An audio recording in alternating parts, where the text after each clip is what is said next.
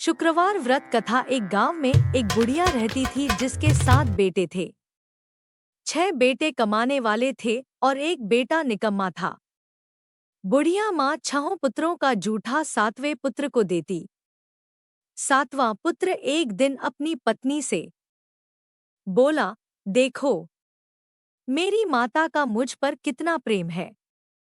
वह बोली, क्यों नहीं, सबका जूठा बचा हुआ तुमको खिलाती है। वह बोला, जब तक आंखों से न देखे मान नहीं सकता।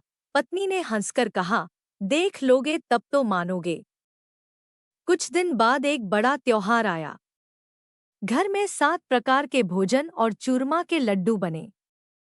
वह पत्नी की बात को जांचने के लिए सिरदर्द का बहाना बनाकर पतला कपड़ा सिर पर ओढ़कर रसोई में जाकर सो गया और कपड़े में से सब देखता रहा।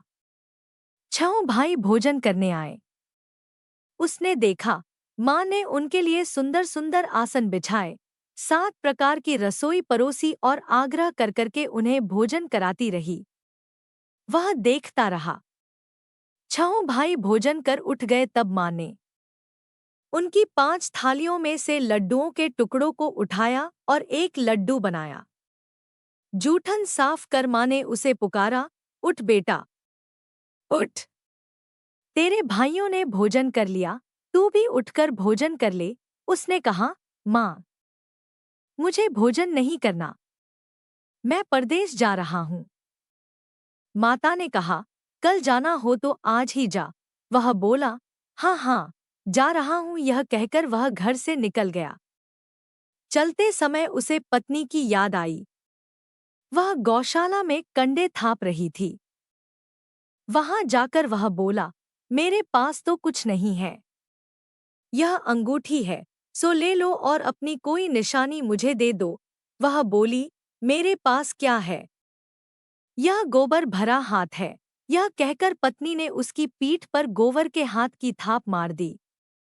वह चल दिया। चलते चलते दूर देश में पहुंचा। वहां एक साहूकार की दुकान थी। वहां जाकर बोला, सेठ जी, मुझे नौकरी पर रख लो। साहूकार को नौकर की सख्त जरूरत थी। साहूकार ने कहा, काम देखकर तनख्वाह मिलेगी। उसने कहा, सेठ जी जैसा आप ठीक समझें। उसे साहूकार के यहाँ नौकरी मिल गई। वह वहां दिन-रात काम करने लगा। कुछ दिन में दुकान का लेन देन, हिसाब किताब, ग्राहकों को माल बेचना, सारा काम करने लगा। साहूकार के 7-8 नौकर थे। वे सब चक्कर खाने लगे। लेकिन उसने अपनी लगन, परिश्रम और ईमानदारी से सभी को पीछे छोड़ दिया। उसे अपने किए का फल मिला।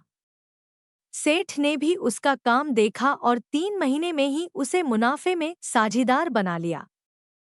परिश्रम करते करते 12 वर्ष में ही वह नगर का नामी सेठ बन गया और सेठ अपना सारा कारोबार उस पर छोड़कर बाहर चला गया। इधर उसकी पत्नी पर क्या बीती वह सुने। सास-ससुर उसे दुख देने लगे। गृहस्थी का काम करवाकर उसे लकड़ी लेने जंगल में भेजते। इस बीच घर की रोटियों के आटे से जो भूसी निकलती, उसकी रोटी बनाकर रख दी जाती और फूटे नारियल की नरेली में पानी दिया जाता। इस तरह दिन बीतते रहे। एक दिन वह जब जंगल में लकड़ी लेने जा नहीं थी तब उसे रास्ते में बहुत सी स्त्रियां संतोषी माता का व्रत करती दिखाई दी।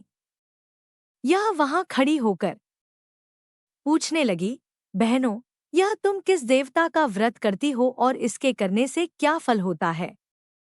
इस व्रत के करने की क्या विधि है? यदि तुम अपने इस व्रत का विधान मुझे समझाकर कहोगी तो मैं तुम्हारा बड़ा एहसान मानूंगी। उनमें से एक स्त्री बोली, सुनो, यह संतोषी माता का व्रत है। इसके करने से निर्धनता, दरिद्रता का नाश होता है। लक्ष्मी आती है।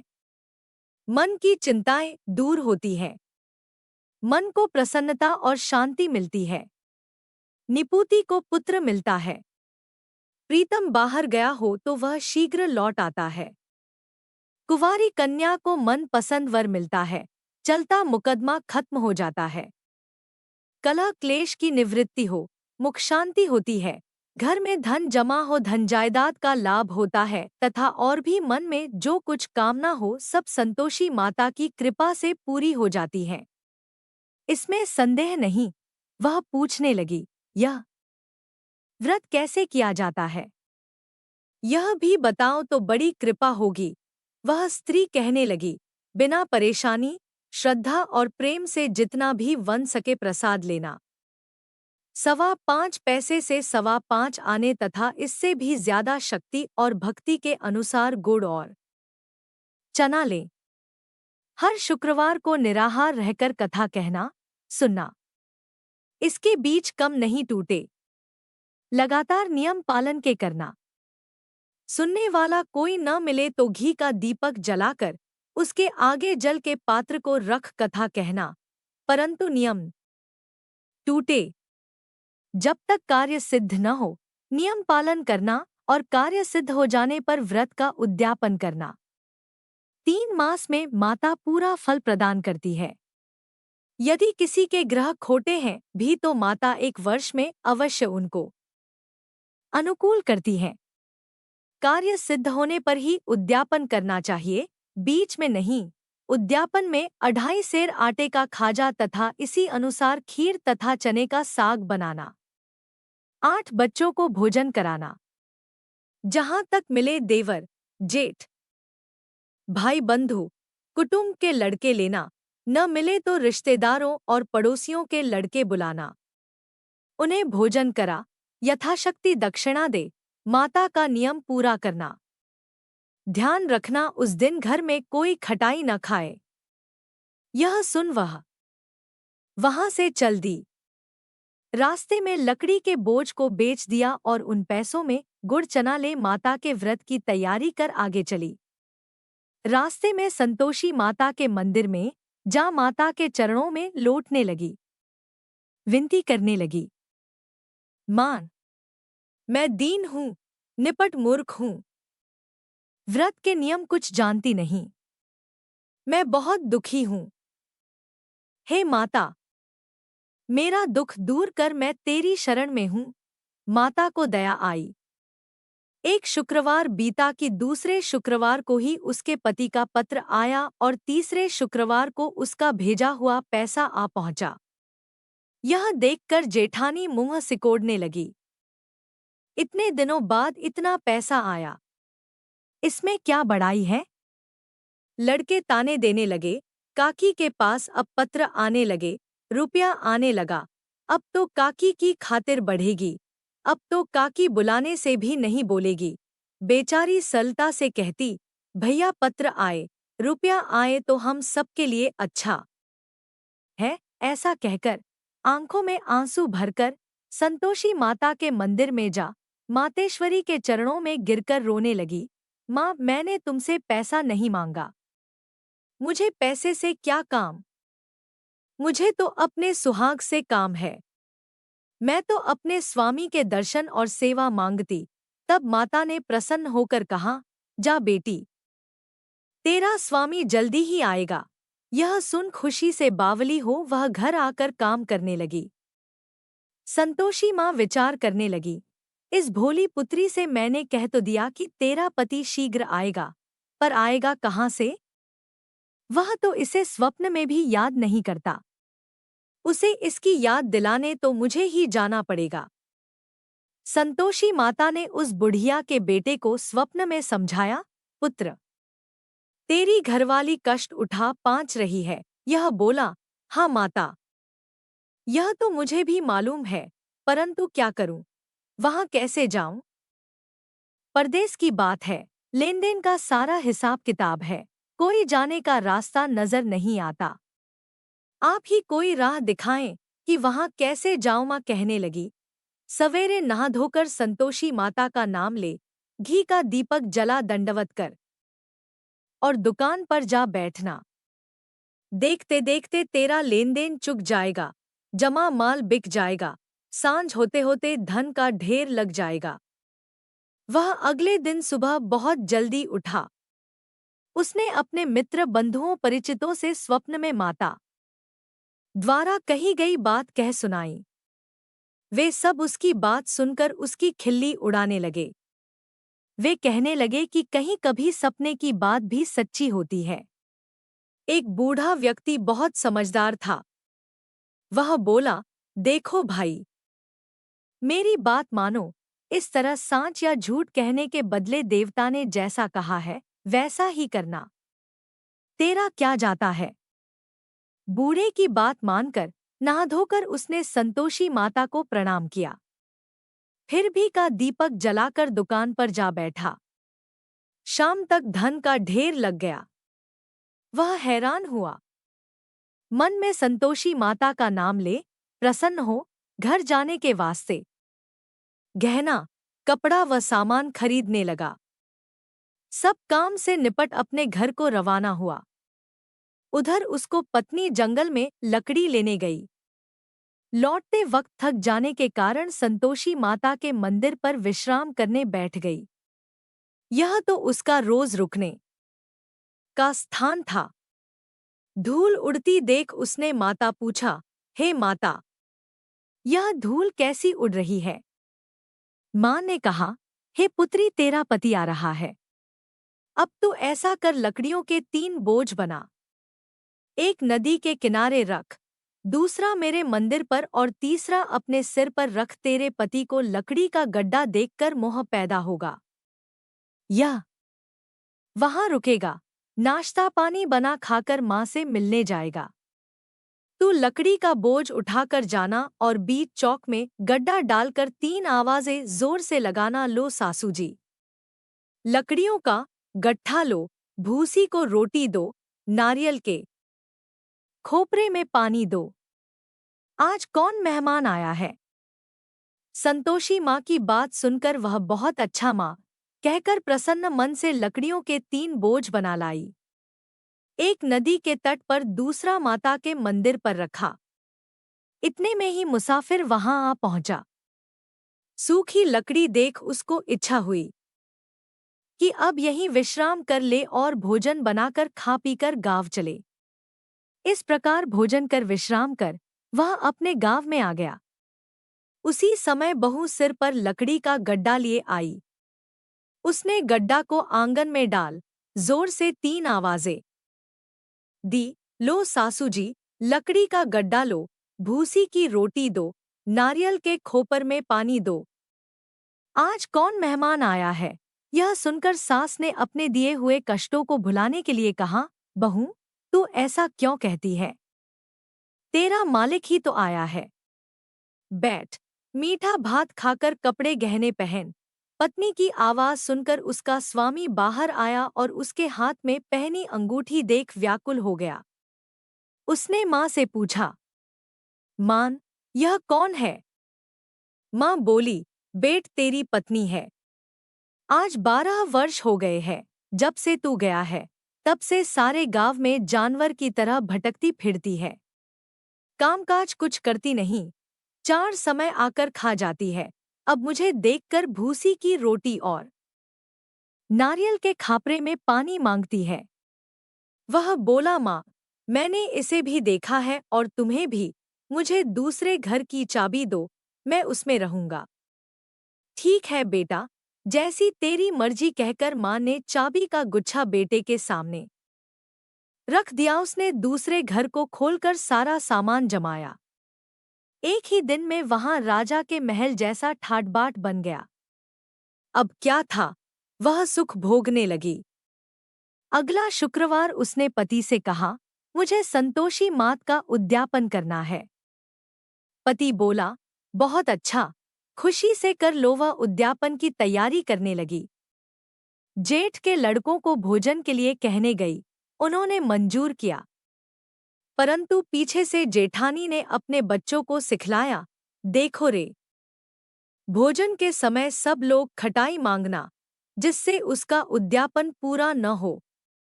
लड़के भोजन करने आए, खीर पेट भरकर खाई, परंतु बात याद आते ही कहने लगे, हमें कुछ खटाई खाने को दो, खीर खाना हमें भाता नहीं, देखकर अरुचि होती। लड़के उठ खड़े हुए, बोले, पैसे लाओ। भोली बहू कुछ जानती न थी, उसने उन्हें पैसे दे दिए। लड़कों ने बाजार जाकर उन पैसों से इमली खरीदी और खाई। यह देखकर बहू पर माता जी ने कोप किया।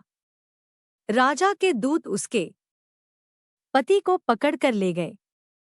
अब सब मालूम हो जाएगा। जब जेल की रोटी खाएगा। बहू से यह वचन सहन नहीं हुए।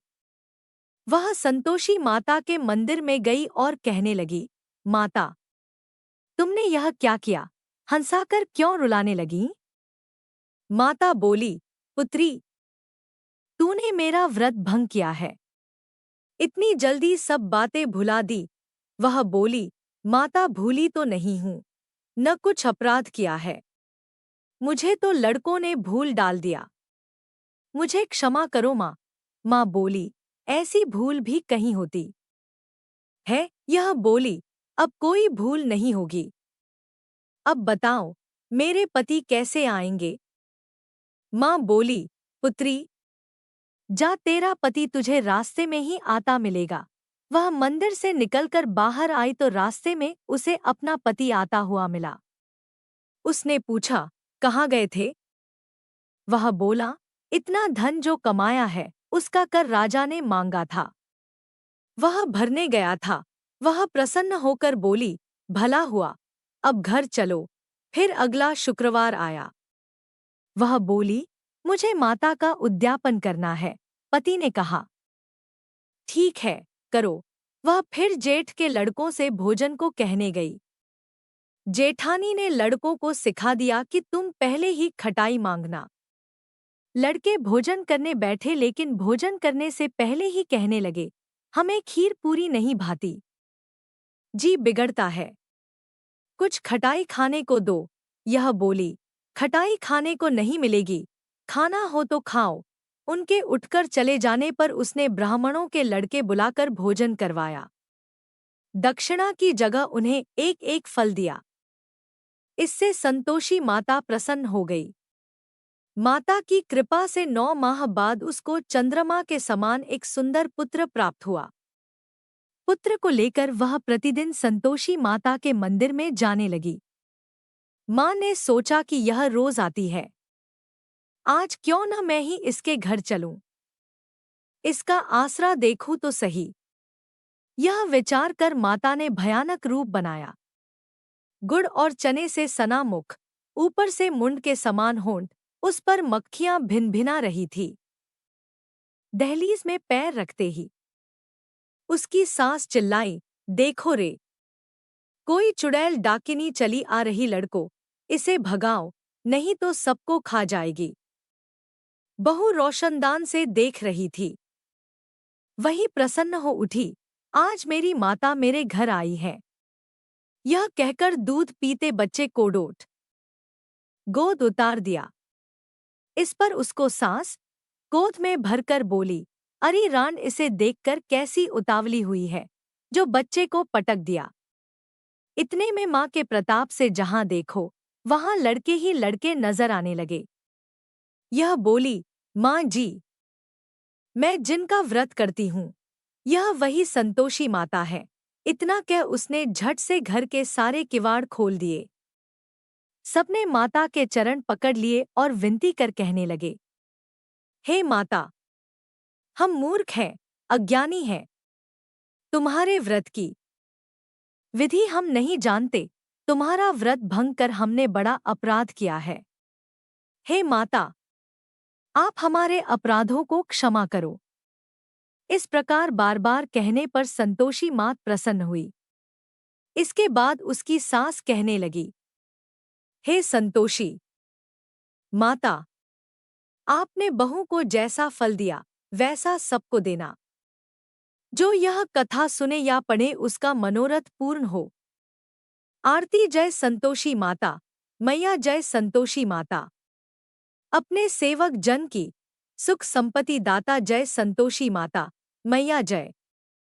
संतोषी माता सुंदर चीर सुनहरी, माँ धारण कीन हो।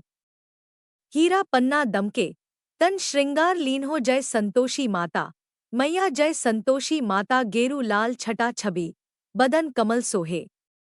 मंद हंसत करुणामयी त्रिभुवन जन मोहे। जय संतोषी माता मैया जय संतोषी माता स्वर्ण सिंहासन बैठी चंवर दुरे प्यारे। धूप दीप मधु मेवा भोज धरे न्यारे जय संतोषी माता मैया जय संतोषी माता गुड़ अरु चना परम प्रिय तामे संतोष कियो। संतोषी कहलाई भक्तन वैभव दियो जय संतोषी माता मैया जय संतोषी माता शुक्रवार प्रिय मानत आज दिवस सोही। भक्त मंडली छाई कथा सुनत मोही जय संतोषी माता मैया जय संतोषी माता मंदिर जगमग ज्योति मंगल ध्वनि छाई। विनय करें हम सेवक चरणन सिर नाई जय संतोषी माता मैया जय संतोषी माता भक्ति भाव में पूजा अंगीकृत कीजय। जो मन बसे हमारे इच्छित फल दीजय जय संतोषी माता मैया जय संतोषी माता दुखी दारिद्री रोगी संकट मुक्त किए। बहु धन धान्य भरे घर सुख सौभाग्य दिए जय संतोषी माता मैया जय संतोषी माता ध्यान धरे जो तेरा वांछित फल पायो। पूजा कथा श्रवण कर घर आनंद आयो जय संतोषी माता मैया जय संतोषी माता चरण गहे की लज्जा रखियो जगदम्बे। संकट तू ही निवारे दया में अम्बे जय संतोषी माता मैया जय संतोषी माता संतोषी माता की आरती जो कोई जन गावे।